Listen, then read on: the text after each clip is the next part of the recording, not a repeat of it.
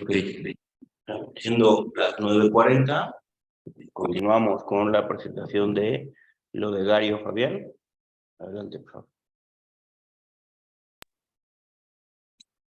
De acuerdo, buenos días. Buenos días. Bueno, en esta Bueno, en ocasión esta voy a ocasión platicar un poco voy a acerca de platicar los un poco avances que he acerca de los tenido avances sobre la tesis que titulada Movilidad Laboral la Intersectorial en el tesis modelo de Ramsey. en el modelo de Y Ramsey. bueno, Y bueno, este este trimestre trimestre pude pude realizar realizar pues algunos algunos avances avances que que van van en en dos dos direcciones.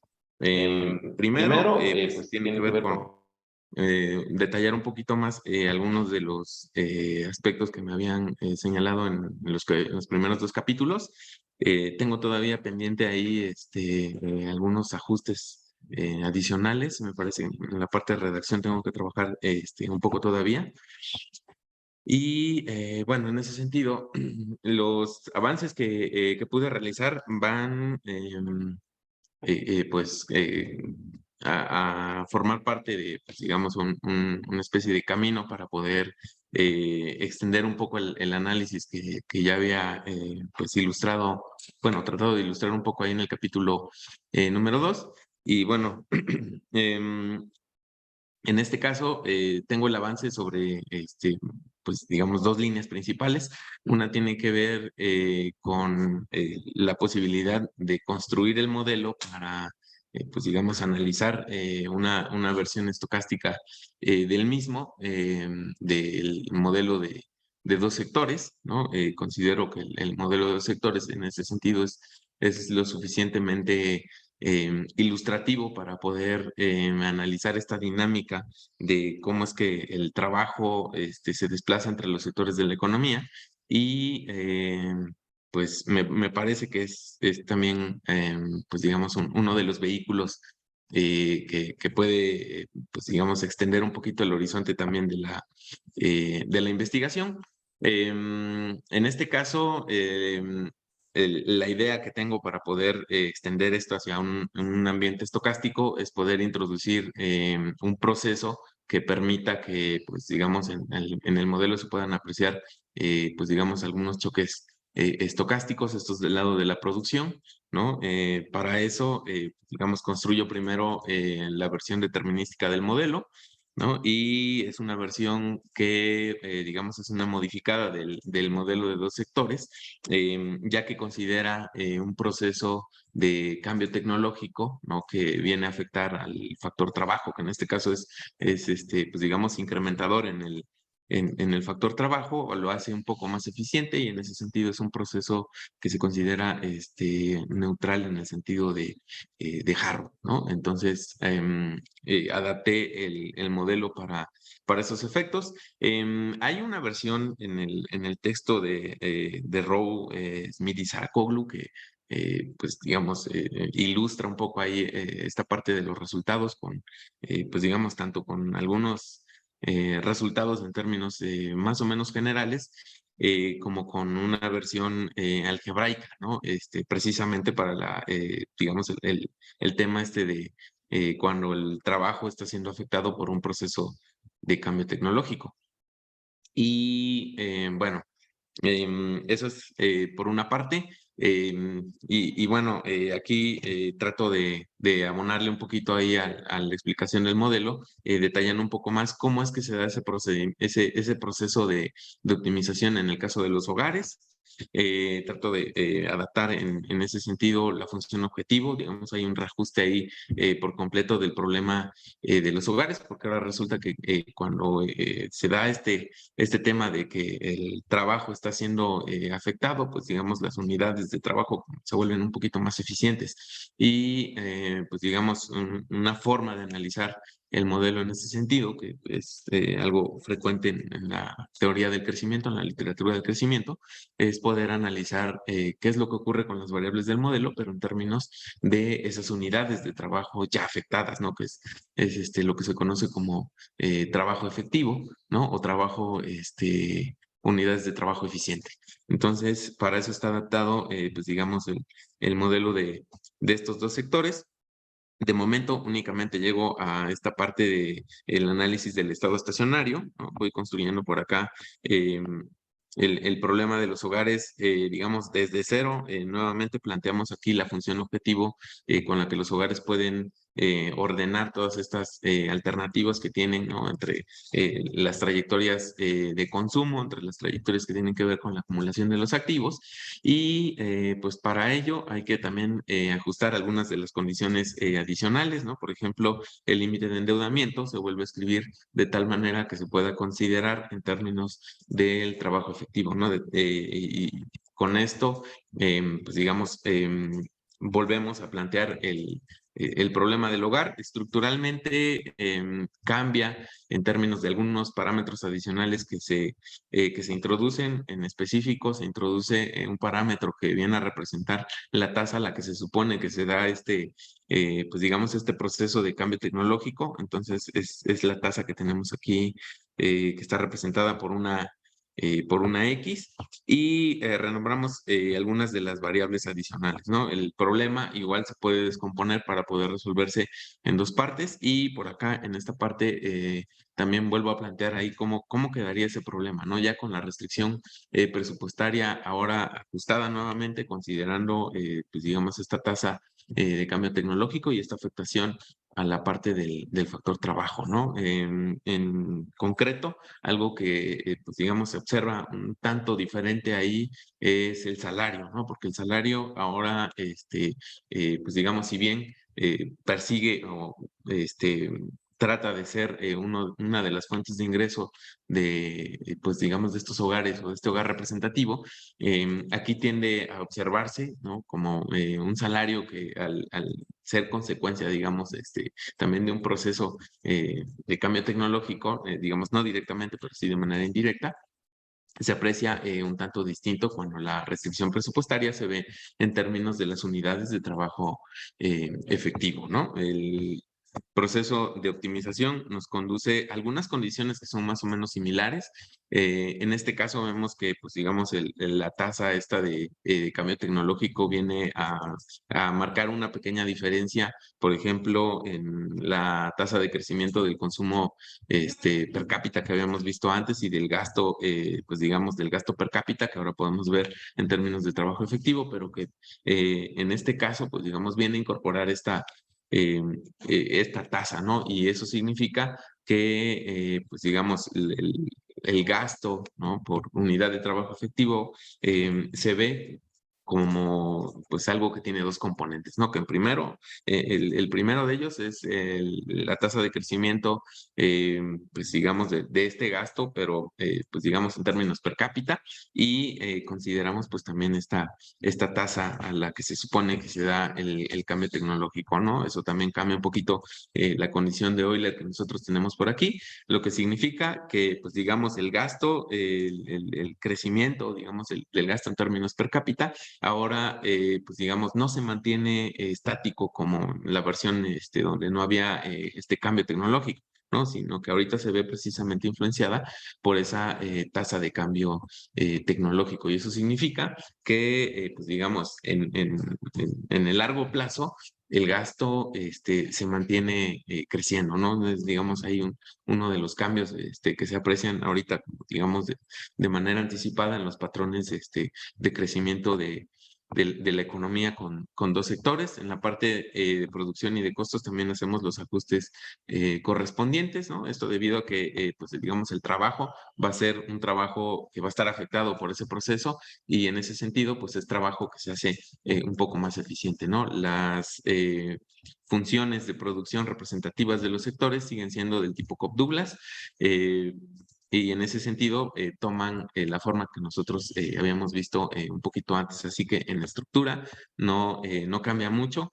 Ya en las condiciones de optimalidad para la solución de los problemas de las empresas sí vemos una pequeña diferencia, sobre todo porque ahorita vemos, pues digamos, estas razones en términos de las unidades de trabajo efectivo, y por consiguiente, pues hay que hacer una normalización. Esto es lo que ocurre, por ejemplo, aquí con la condición para la optimalidad de la elección de la cantidad de trabajo, por ejemplo, también para la elección de la razón de capital, la unidad de trabajo efectivo, pero pues en estructuras más o menos algo similar, ¿no? En términos algebraicos, no es muy fuerte pues digamos, la modificación. Las funciones de costos quedan en ese sentido con una estructura bastante similar, nada más ahí con el ajuste correspondiente en las unidades en las que se están tomando las medidas de las variables. Y bueno, para la parte del equilibrio, consideramos aquí pues digamos, un replanteamiento de la noción del equilibrio únicamente para poder, pues digamos, incorporar todos estos procesos y pues dar cuenta aquí de que las unidades ahora, pues digamos, son las unidades de ese trabajo ya afectado por el cambio tecnológico, ¿no? Aquí pongo las condiciones para poder determinar cuáles, pues digamos, son aquellas que de pronto afectan algunas variables que no le meten en ese sentido una dinámica intertemporal, sino que es, digamos, como intratemporal, que tiene que ver con las condiciones de vaciado del mercado de trabajo, las condiciones de optimización de las empresas para poder obtener sus beneficios y, por supuesto, la de vaciado del mercado de capital.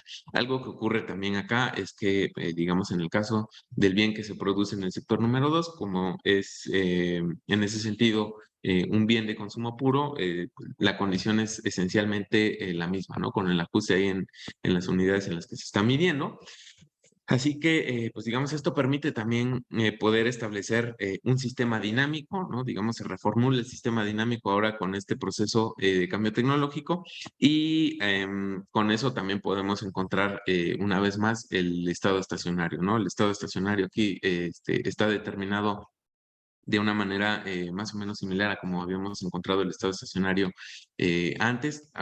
Aquí la diferencia es que los estados estacionarios ahora tienen, pues digamos, esta implicación que significa el tener el proceso de cambio tecnológico. Entonces, por ejemplo, el precio de capital en estado estacionario se ve afectado. Lo mismo ocurre con, digamos, el precio relativo. Pasa algo similar ahí con los salarios y con el capital en términos de las unidades de trabajo efectivo. Y bueno, en ese sentido encontramos algunos resultados previos, ¿no? Nada más de aquí de la parte teórica que todavía se tienen que ilustrar un poquito más y que son tres resultados principales, ¿no? El primero es que en la variedad del equilibrio, la trayectoria de los precios converge a su nivel de estado estacionario, ¿no? Digamos, no es, digamos, una trayectoria explosiva y eso ya es, digamos, una ventaja que tenemos también sobre los resultados que tenemos ahí en el capítulo 2. Hace falta por aquí colocar el argumento ya, digamos, un poco más extendido para este resultado. También tenemos otro que tiene que ver con qué es lo que ocurre con el salario per cápita, porque resulta que el salario per cápita se mantiene creciendo, ¿no? Y lo hace a la tasa de crecimiento de los precios. Podríamos decir ahí, tiene un componente de inflación y la otra, pues es, digamos, esta influencia que genera la tasa a la que se da el cambio tecnológico, ¿no?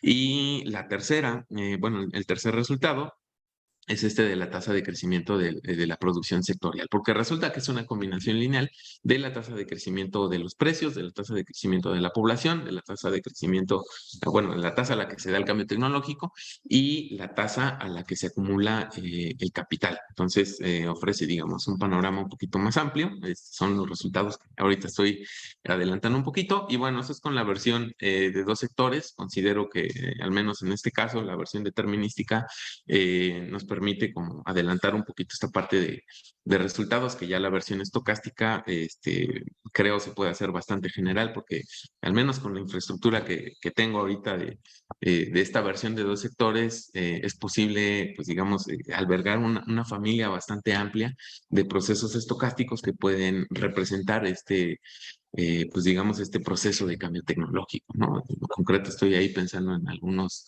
procesos que podríamos decir, procesos estocásticos, continuos por la derecha con límites a la izquierda, ¿no? Y bueno, esa es esa primera parte. Bueno, la segunda parte es un avance un poquito más, digamos, en términos generales teóricos sobre la versión multisectorial del modelo, pero sigo trabajando todavía ahí en algunos temas. Únicamente he avanzado con la optimalidad de la trayectoria de crecimiento. Me falta todavía el desarrollo, digamos, aquí de la versión multisectorial para poder decir, bueno, ya sé que la trayectoria que encontré es óptima, ahora esa que es óptima también resulta ser una trayectoria de equilibrio y en ese sentido poder darle un poquito más de robustez a esa parte de la dinámica del modelo en términos un poquito más generales, ¿no? Ya aquí tratamos de extenderlo a un número arbitrario de sectores. Y bueno, creo que ahí estoy en tiempo, más o menos, ¿no? ¿Quieres aguantar? Sí, sí, se puede. Ah, bueno, bueno, aquí, esta parte del capítulo 4, aquí trato de extenderlo un poquito más. Entonces, aquí regreso al escenario de tiempo discreto, ¿no? Aquí sí, creo que vale la pena que comente yo algunas cosas porque previamente había yo hecho una revisión de la literatura y la verdad es que creo que me había quedado un poquito corto en la parte de los modelos a tiempo discreto. Sí había yo revisado que había bastante literatura que había crecido bastante, sobre todo en las versiones de un solo sector, pero también me di cuenta que sí existieron algunos esfuerzos por tratar de extender pues el modelo hacia un número arbitrario de sectores. Y eso ocurrió de por ahí de mediados de los 60. Entonces hay un resultado bastante general que se debe a Atsumi del 65, que trata de extender el modelo en ese sentido. Resulta ahí un poquito complicado seguir el desarrollo porque se hace, pues digamos, un poquito ahí la distinción acerca de qué es lo que ocurre dentro de los periodos en el modelo de Ramsey. Hay un esquema teórico que me agradó bastante, que es el de Gale, me parece, es como, digamos, el que tiene un poquito más de alcance y que hace que también las versiones de un solo sector sean casos especiales aquí de la versión de la función objetivo que propone. Y en ese sentido sigo un poco ahí el esquema, ¿no? Entonces estamos considerando por aquí ya, por ejemplo, en el caso por ejemplo, el problema de los consumidores se da pues digamos, en un conjunto un poquito más general, ¿no? Aquí consideramos una función de utilidad contemporánea ya un poquito más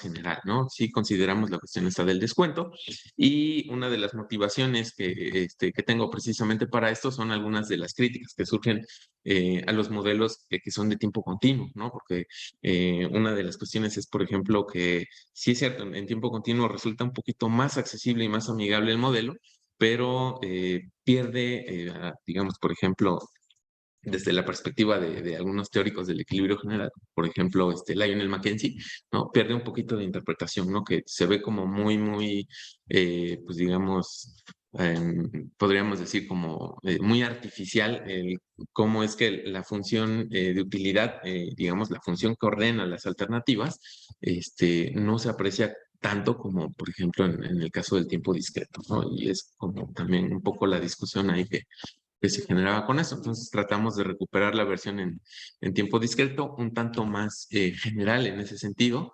Veo ahí un poquito nada más trabajoso el poder establecer algunos de los resultados, pero creo que básicamente es considerar aquí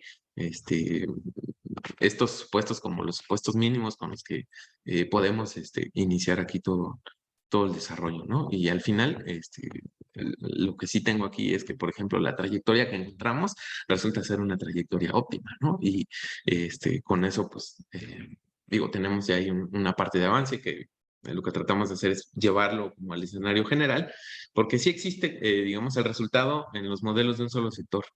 Creo que son poquitos los autores que, por ejemplo, en la literatura del crecimiento tratan de ilustrar pues digamos, el argumento.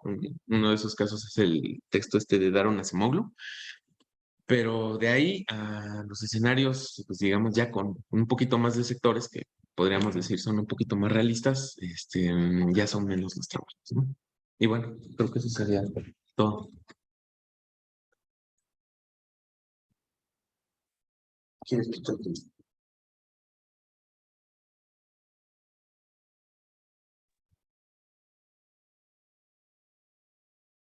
Muchas gracias, Leodegario. Le vamos a dar la palabra a tu lector estudiante, que es Ernesto Vera. Adelante. Hola, hola, ¿cómo estás? Muy buenos días. Vi que ya avanzaste en dos, o sea, estás redactando 2 capítulos nuevos. Lo único que justo mencionabas, ¿no? Era esa idea de la discretización del modelo, ¿no? Que entiendo en cierta parte que nos da mucha más facilidad al momento de interpretarlo que a diferencia del modelo continuo. Yo con respecto a las matemáticas, por ahí una que otra cosa que te había comentado en el coloquio anterior que ya me había tocado leerte, que los pasos intermedios estaría bueno que lo pongas en el apéndice, ¿no? Sobre todo para el que no está adiestrado en los modelos de crecimiento económico al momento de leer tu tesis, un compañero de licenciatura o de maestría, pueda ver los desarrollos una vez de que lo termines. Por ahí vi que ya tienes algunos apéndices, ¿no? Entonces estaría bueno. Con respecto a la parte de mis comentarios son más de forma, claro, quiero destacar. Con respecto al capítulo 1 y 2, vi que yo ya te había comentado que haces como que oraciones muy largas, no se hacen cansadas de leer. Entonces te había recomendado que utilices un poco más el punto seguido, oraciones cortas. Que vi que la introducción, como que ya comenzaste a hacer el cambio, pero el resto del capítulo me imagino que no te dio tiempo. Pero ya el capítulo 3 y 4 ya veo que están mejor escritos, entonces quiero pensar de que en lo que va el transcurso del resto, bueno, los 2 trimestres que nos quedan, se van a ir solventando. Y se mencionan, por ejemplo, que existen patrones de crecimiento, pero no se especifican cuáles son los patrones de crecimiento de los cuales se está hablando. Y estaría bueno, no sé si luego te dé el tiempo, más hacer algunas comparaciones con otros modelos de crecimiento, aparte de los modelos tradicionales que estudian el crecimiento económico. No sé, por ejemplo, he visto que has hecho o sea, tu bibliografía está basada en modelos de derivaciones del modelo de Ramsey. No sé si hay algún otro modelo de crecimiento con el cual tú puedas luego comparar esta parte multisectorial de la incorporación del trabajo, ¿no? Entonces, de ahí en más, creo que es un muy buen avance. Quiero pensar que te quedaría un capítulo más, o ya solo sería el último, el que ya está redactando y conclusiones. No, falta uno. Ok, entonces, y me imagino que las simulaciones del 3 y el 4 aún no las tienes. Así es, en eso estamos Ok, todavía. no, estamos iguales. Esa es la parte complicada, ¿no? Es hacer las derivaciones del modelo y luego es hacer la simulación. Es el complemento para ver las trayectorias y todo esto. Entonces, me imagino que en eso hace trabajar en este trimestre. Me parece interesante tu tema, pero con estas cositas, con respecto, sobre todo lo del apéndice, que es importante para cualquier lector novato que quiera aprender sobre el modelo de Ramsey y la derivación que tú estás haciendo, sería interesante que en el apéndice se vayan haciendo los pasos intermedios, o al menos los pasos más importantes, ¿no? Que tú consideras que a veces nosotros cuando estamos en las derivaciones, para nosotros es obvio, pero para otras personas quizás no es tan obvio, ¿no? Eso sería lo único, lo de la Ok, gracias. No, muchas gracias. No tenemos, bueno, no están presentes tus lectores, tampoco están en línea, y tampoco tenemos sus evaluaciones escritas. Entonces vamos a esperar a que nos las envíen y te las hacemos llegar. De acuerdo. ¿Sí? Perdón, no sé si me escuchen. Sí, Eddie, adelante. Sí, nada más yo como, bueno, Leodegario me hizo favor de invitar Sí. y no he leído con detenimiento, ¿no? El avance que presenta Leodegario, pero de lo que hoy comentó él, bueno, a mí me gustaría nada más plantearle esto que él mencionó, que la versión estocástica de esta versión de Ramsey descansa en la incertidumbre de los cambios tecnológicos. Y la pregunta sería si no se pudiera explorar por el otro lado, porque la versión de cambios tecnológicos pues viene de, digamos, por decirlo así, de lo de la empresa, ¿no? De las empresas. O al menos comentarlo, ¿no? ¿Por qué no enfocarnos al otro lado, por el lado de los consumidores? Por lo menos explicar la razón por la que eso se descartaría y enfocarnos nada más en esta, que puede ser una manera, ¿no?, de evitar algún tipo de crítica y que en todo caso es como blindar, digamos, el argumento. Y por otro lado, digamos, lejos de las cuestiones formales, ¿no? También está el asunto intuitivo de la razón por la cual el trabajo se desplaza entre los sectores. Ese punto yo quisiera que, bueno, la redacción se haga hincapié, ¿no? Y por último, con el segundo punto que él tocó, es la versión multisectorial. A lo mejor no sería bueno que eso quedara un apéndice, porque ya de por sí con dos sectores es complicado, ¿no? La comprensión, el ver el alcance de la contribución que se está haciendo. Mi sugerencia sería eso, pero no quiero coartarnos la iniciativa del Legario. Aun cuando me gustaría que la versión en tiempo discreto pudiera ser menos abstracta, ¿no?, de la que se tiene en el avance. Pues nada más es eso lo de muchas gracias. Muchas gracias, Eddie. Bueno, si alguien más quiere hacer un comentario, tenemos un par de minutos. Y si no, entonces con eso cerramos la presentación del Legario. Muchas gracias. Y esperamos para la siguiente.